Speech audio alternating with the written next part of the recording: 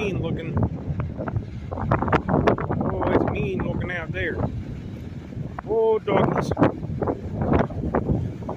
Oh, it's a mean looking ocean out there. Mean looking ocean. Oh, it's getting big. Getting soft, getting big. Look, there's sea level right there. Sea level. Right there be sea level. Look at me sound like I'm from Bristol.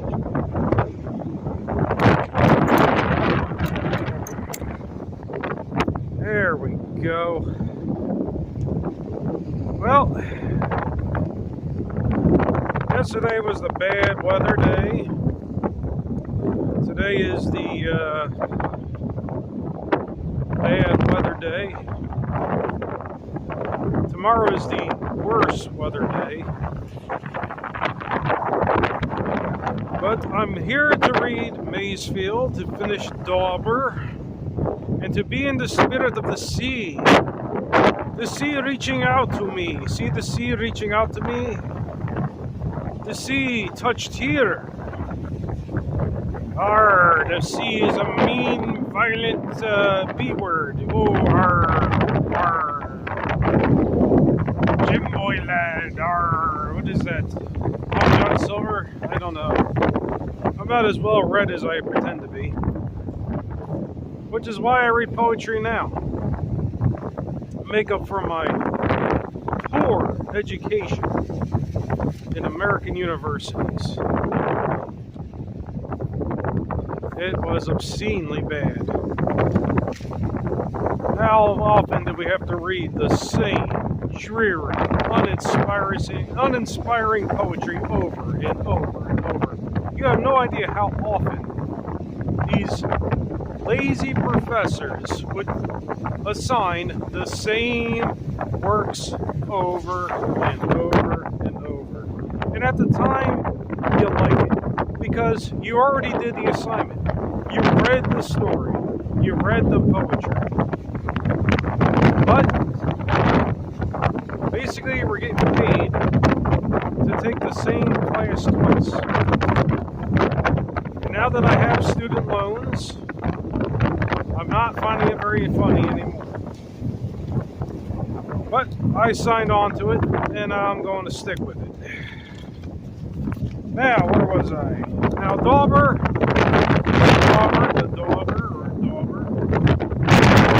He had, let's see, his painting stolen, and he got asked about his history, he recounted it. Then a big storm that looked like this, except out in the ocean on the boat, came roaring toward him, and everybody was all upset and scared and upset, and things were really making them more scared and upset. You can't eat me, I'm not a clam.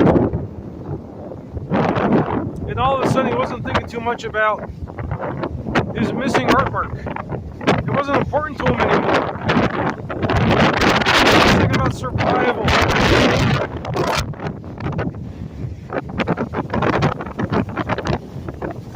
So I got to get to my voice together here. Get out of the wind a little. So I can see clearly. In case the sky starts to sprinkle on me, it won't appear the camera lens, you know, as I say there. I'm not Irish. They stowed the sail, flapping it round the boat, leaving no surface for the wind no blow. Then down the weather shrouds, half dead they broke. That struggle with the sail had made them old. They wondered if the project furl would hold. Lucky, said one, it didn't spring the spare. Lucky, the bassoon said, lucky we are. She came within 2 shakes of turning top, or stripping all her shroud screws at first whiff. Now fish those wash deck buckets out of the slop. Here is Dauber, say he doesn't like Cape Stiff. This isn't wind, man, this is only a whiff. Hold on, all hands, hold on. A sea, half sea, paws mounted, burst, and filled the main deck green. The Dauber felt a mountain of water fall.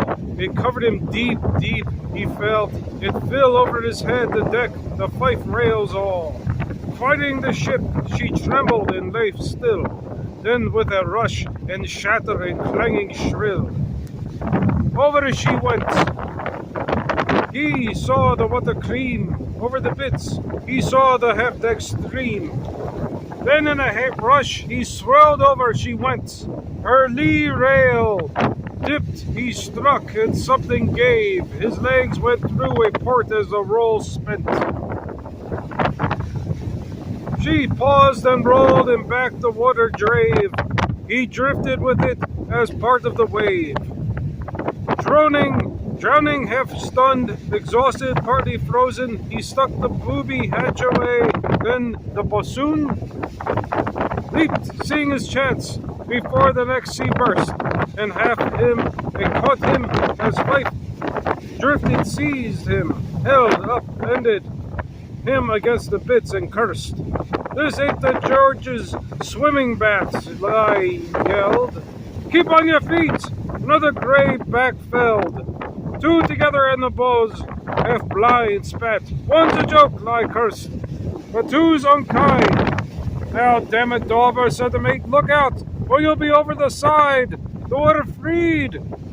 Each clanging, freeing port became a spout. The man cleared the decks as there was need.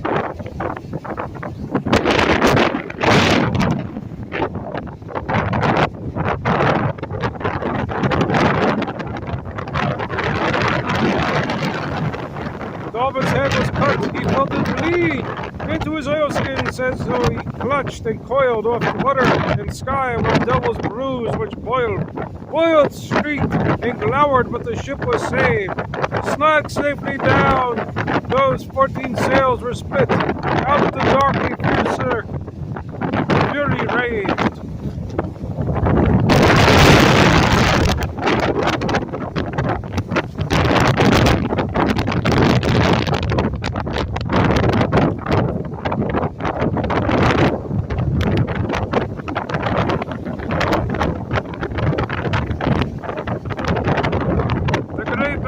Died and mounted each crest lit, with the white coupling gleam that hissed from it and slid, or leaped, or ran, with whirls of cloud mad with inhuman life, and shrieked aloud. The watch was called. Dauber might go below, splice the main brace. The mate called, all day out, to get a gulp of momentary glow, as some reward for having saved the craft. The steward ladled mugs from which each quaffed whiskey with water, sugar and lime juice hot. A quarter of pint each made a tot. Besides the lamp room door the stew stood, ladling it out. Each man came in turn, tipped his soul wester, drank it, grunted, good, and shambled forward, letting it slowly burn. When all were gone, the Dauber lagged astern, torn by his frozen body's lust for heat, the liquor's pleasant smell, so warm, so sweet, and by his promise long since made a home, never to taste strong liquor. Now he knew the worth of liquor, now live not in song. His frozen body urged him to the brew, yet it seemed wrong, an evil thing to do. To break the promise, Dauber, said the mate. Drink, turn it, man. Why the hell do you wait? Please, sir, I'm temperance. Temperance are you, hey? That's all the more for me. So you're for slops. I thought you'd have enough slops for today. Go to your bunk and ease her when she drops. Then, damn it, steward, you brew with too much hops. Stir up the sugar, man. Tell her girl how kind the mate was teaching you to hurl. Then the mate drank the remnant sixpence share, and dropped into his cabin where he stripped, and danced unclad, and was uproarious there. In waltzes with the cabin cat he tripped, singing in tenor clear that he was lipped. That he who strove the tempest to disarm must never press a braille in the bee-yard arm. And that is his name as Ginger Dauber crept back to the roundhouse, dripping by the rail. The wind howled by, the passion of water leapt. The night was all one roaring with the gale. Then the door he stopped, uttering in wail. His hands were perished numb and blue as veins. He could not turn the knob or work the spades. A hand came shuffling oft, dodging the seas.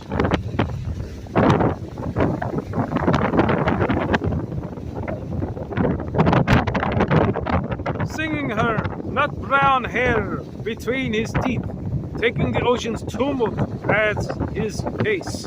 Even when the wash about his thighs did see, his soul was happy in its happy sheath. What, Dauber, won't it open? Fingers cold? Ooh, it's getting foamy up here. You'll talk of this time, Dauber, when you're old. He flung the door half open and the sea washed them both in, over the splashboard down. You silly saltmas carriage, spurted he. Dauber, pull out the plug before we drown. That spoiled my laces and my velvet gown. Where is the plug? Groping in pitch dark water, he sang between his teeth, the farmer's daughter. It was pitch dark within there, and each roll the cred chest slid into the slant of water rushed, making foam many a clanging tin pan full. Into the black below bunks as it gushed, the tired men slept there it. They were hushed. The water drained, and then with matches damp, the man struck heads off till he lit the lamp. Thank you, the Dauber said, the seaman said. This is your first foul weather, yes? I thought. Up on the yard, you hadn't seen much wind, so much wind. Them's rotten sea boats, Dauber, that you brought. Now I must cut on the deck. Before I'm caught, he went, the lamp flame smoked. He slammed the door, a film of waters loitered across the floor. And Dauber watched it come and watched it go. He had revelations of the lies, cloaking the truth men never choose to know. He could hear the witness now, and cleanse their eyes he had beheld, and suddenly he was wise. This was the sea, this searcher of the soul, this never-dying shriek, fresh from the pole. He shook with cold, his hands could not undo his oilskin buttons, so he shook and sat, watching his dirty fingers dirty blue, hearing without the hammering tackle slinked. Within the drops from dripping clothes went fate, running in little patters, gentle, sweet, and aye, went the swim, and the seas beat. His bunk was sopping wet, clambered in. None of his clothes were. And it just ends like that. At long last, I have read Dauber. I've done it. And only the seagulls are my witness. A poem I've never read in my life until this very day. Higher there, me matey seagulls, sea-faring birds of the May. What say you with the fine catch of the day? What say you do to protect the houses of the town? Where are these dear quiet waves to come driving in? I don't know what rhymes with fog. Anyway, I'm not the poet. Oh, my papers are all wet. I'm wet. I'm sopping wet in the rain here. And there's ocean. Look at this ocean. Oh, why can't I surf? Where's my board? I should be able to GoPro floating out there. Come to think of it, where are the surfers? Yeah, must be too dangerous even for them. Oh, this is dangerous weather. You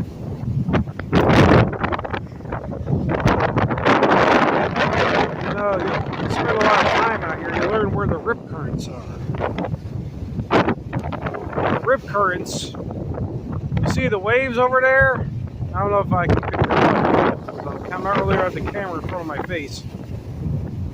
well, you see a little break between two waves coming to shore. The rip current's been the break. Very disturbing.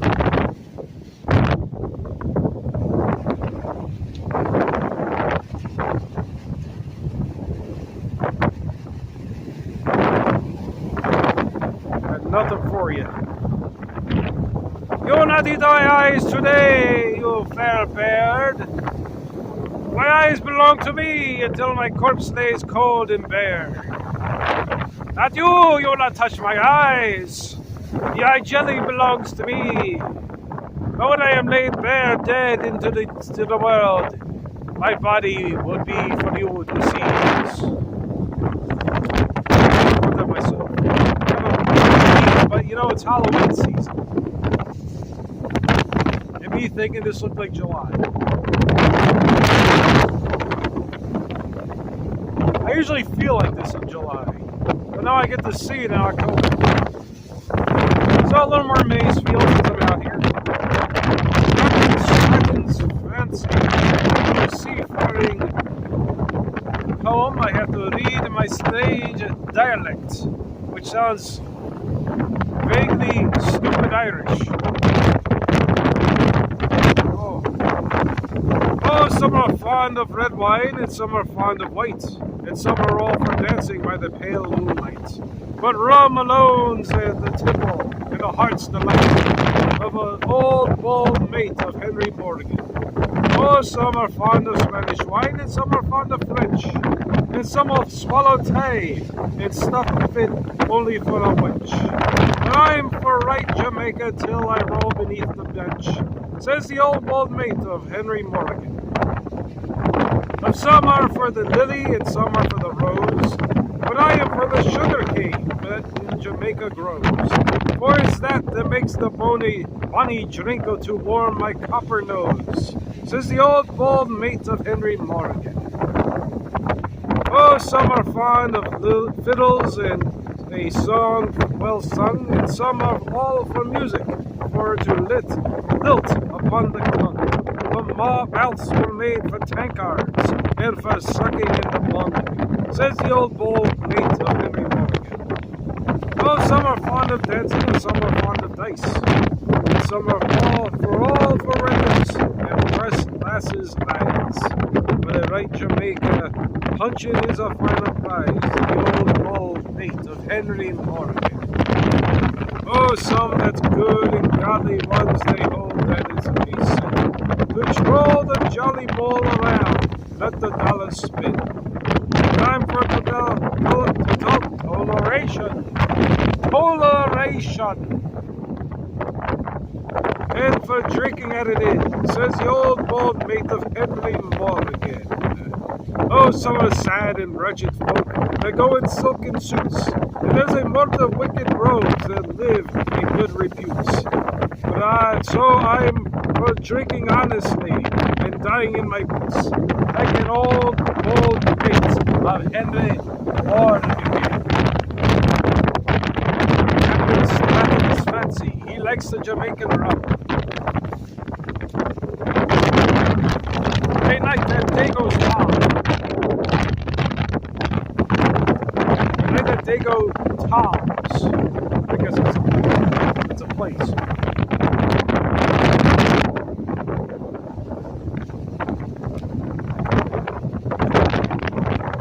Oh, yesterday, I think it was, while cruising down the street, I met with Bill. Hello, he says.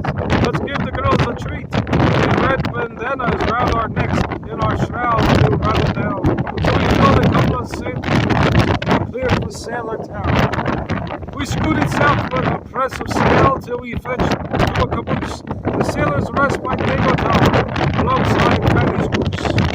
Red curtains to the windy sky, in white sand to the floor, and an old blind fiddler, lilting the tune of Lowlands No More.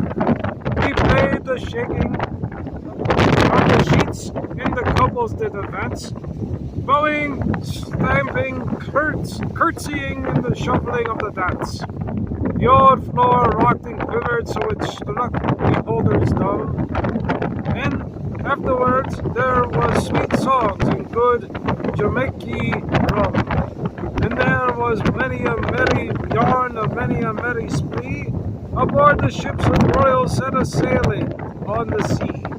Yarns of the hooker spindrift, her as had the clipper bow. There ain't no ships, says Bill to me, like that there for now. When the old blind fiddler played the tune and piped the watch below, the skew-eyed landlord dozed, the glim and bade us stamp and go. Then we linked it home, did Bill and I, down the scattered streets until we fetched to land on Knoll between the linen sheets. Excuse me. I'll read the last verse because I got distracted by the beauty of my surroundings. When the old blind fiddler played the tune of Pipe of the Watch Below, the skew-eyed landlord dozed, the glim and bade us stamp and go. And we linked it home to Bill and I, adorned the scattered streets, until we pushed to land on Knoll between the linen sheets.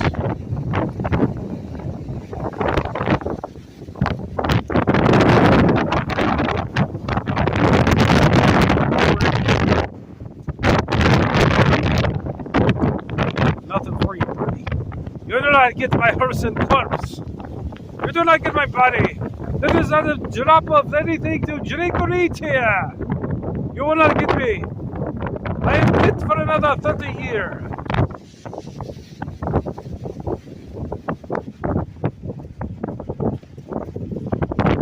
That's right, Bird. I cut myself open. I counted the rings. 30, they say. 30 years. I am fit for another 30.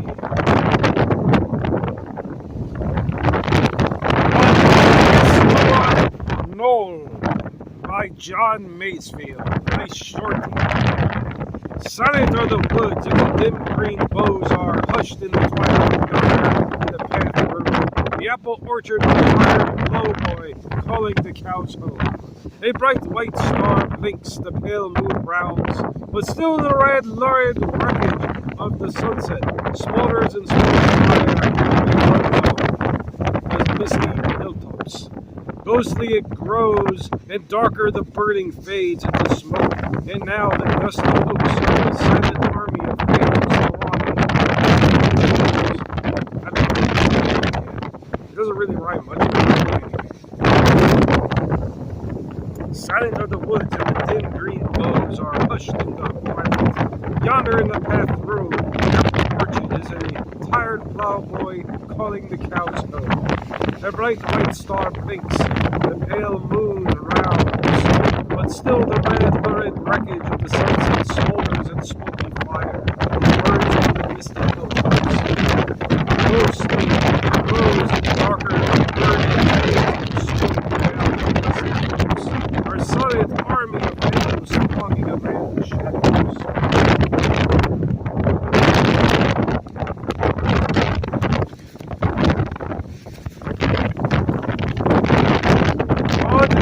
Again. Look how bleak that is.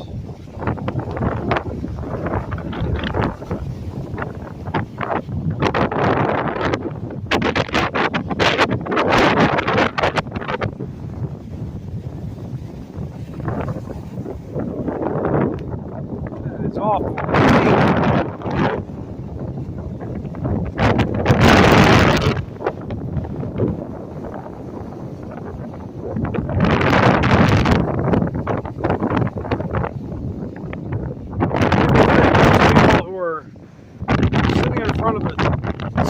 Right now, and they're oblivious to their surroundings. I am in my surroundings. I am a part of this. I am here. I am in the moment. I am with these birds. These starving birds waiting for anything to show up for them to eat. Anything. Well, that bird in front of me there, he looks like it's very well fed. Top of the whatever.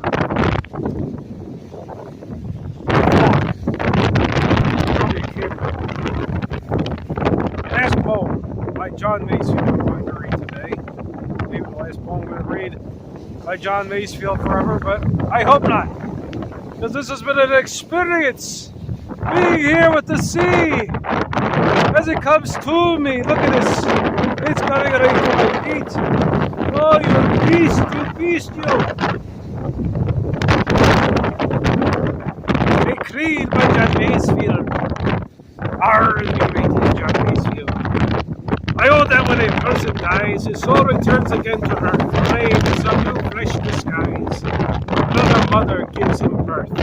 With stubbier limbs and brighter brain, the old soul takes the road again. Such is my own belief and trust, this hand that holds has many 100 times been dust, and turned as dust to dust again.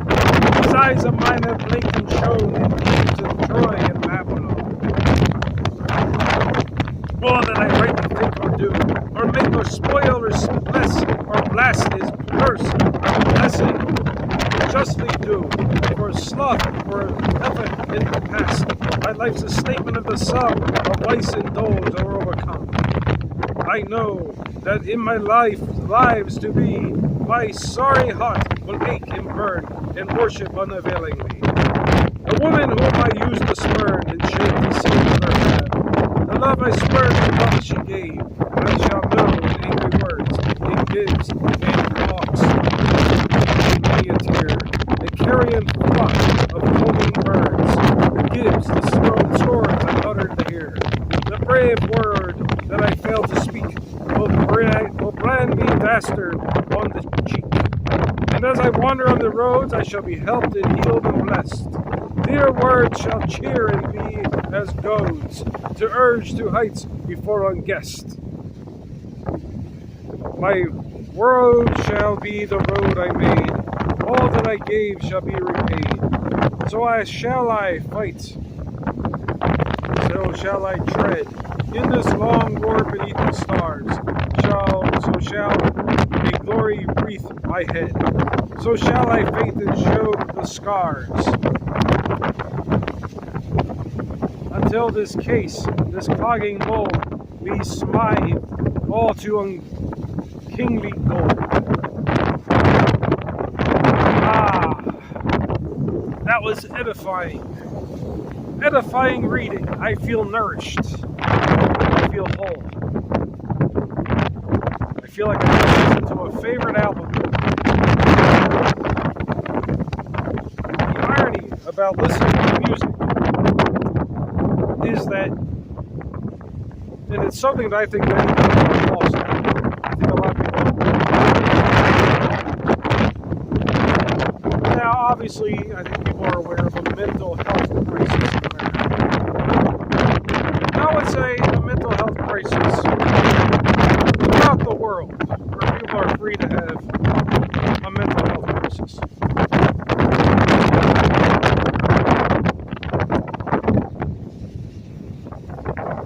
Thinking about favorite music is healthier than actually hearing that music. What I mean is, when you're thinking about the music, you're engaging with the memory of hearing it, and your mind is working to bring the song alive in your mind. It's not like having an annoying song stuck in your head. You're trying to remember the lyrics. It's in your head. You know how long it is. Bring it up to life in your head, and you're trying to remember it. Now, your mind going through that exercise is not passively listening to something. Passively listening is that. Passive. Your mind is not doing anything. It's just wandering if it's not engaged with what it's hearing. So thinking about a song you really like is far healthier than actually hearing it. I highly recommend it. It got me through many a boring days in high school. I tell you, I used to sit there in class waiting for 45 minutes to class. And a little worse than usual, say Tuesday afternoon in high school, glasses away from the end of the day. You're sitting there, you're feeling rotten. And it's 30 minutes away from the end of the class. And I'm thinking, what song do I know that's 15 minutes long? Or something that's that near to I liked classic rock when I was in high school, which was in the 90s. And I was listening to the stuff from the 1960s. And I got into the Doors when I was 14, 15 years old. And I was really into When the Music's Over, which is about 13 minutes long.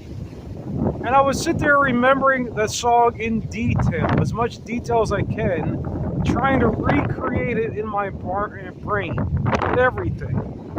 The bottleneck guitar part, the turning the song into the 13 minutes like I'm listening to it in class, because I can't listen to it in class. Nowadays you could probably get away with that, but back in the 1990s you couldn't. So my brain had to work. And a regular for me was 5 to 1 by the Doors, because that song was exactly 5 minutes long.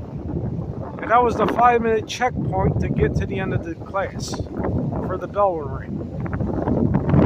It's an easy song to remember, easy to sing, you know, I'm not going to sing anything.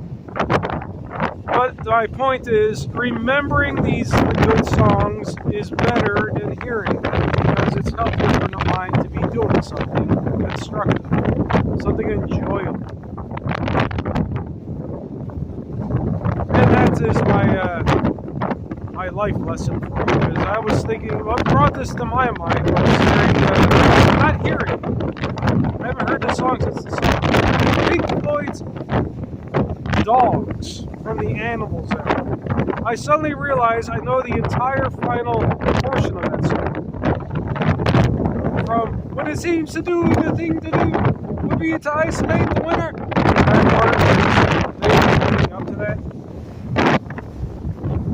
I realized I remember the last several verses. And I found I was very much more relaxed, because suddenly I was thinking about that song. I wasn't hearing it. I wasn't worrying about being out here and getting yet. Or getting wet. Or getting pecked to death by these seagulls. I was just remembering this great song that I like. And I recommend people trying it. It's helpful. So with that, I leave the ocean and you behind. I wish you a very merry evening, as I lose the ability to talk in this wind. It's blowing right up my nose. I'm fine. I'm fine. I'll make it. I'll make it to where I'm going. Ah.